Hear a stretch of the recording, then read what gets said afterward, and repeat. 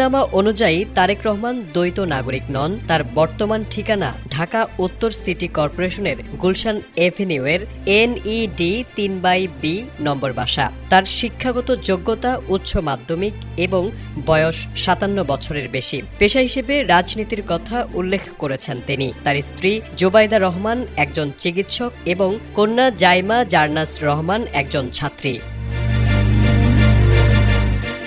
আইনি অবস্থান অনুযায়ী হলফনামায় বলা হয়েছে, বর্তমানে তার বিরুদ্ধে কোনো ফৌজদারি মামলা নেই। তবে 2007 সাল থেকে বিভিন্ন সময়ে দায়ের হওয়া মোট 77টি মামলার মধ্যে কিছুতে তিনি খালাস পেয়েছেন, কিছুতে মামলা প্রত্যাহার, খারিজ কিংবা অব্যাহতি দেওয়া হয়েছে।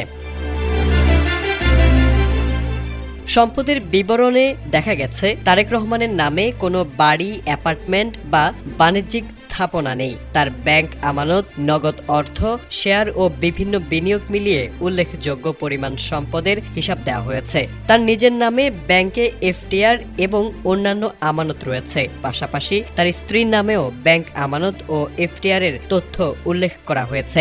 এছাড়া তার নামে কোনো গাড়ি, আগ্নেয়াস্ত্র কিংবা বিদেশে স্থাবর অস্থাবর সম্পদ নেই।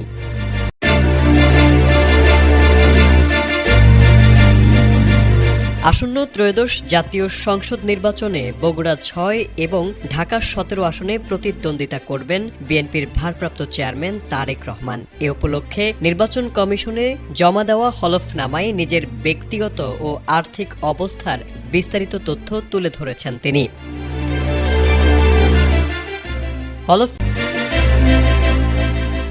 আয়কর রিটার্ন অনুযায়ী তারেক রহমানের মোট সম্পদের পরিমাণ প্রায় 1,96,00,000 টাকা এবং তার বার্ষিক আয় 6,76,000 টাকা। অন্যদিকে তার স্ত্রীর সম্পদের পরিমাণ 1,05,00,000 টাকার বেশি এবং বার্ষিক আয় 35 লাখ টাকা। নির্বাচন কমিশনের ঘোষিত তফসিল অনুযায়ী আগামী 12 ফেব্রুয়ারি ভোট গ্রহণ অনুষ্ঠিত হবে এবং এর আগে বিভিন্ন ধাপে মনোনয়ন যাচাই, আপিল, প্রার্থী তালিকা প্রকাশ ও নির্বাচনী প্রচারণা সম্পন্ন করা হবে।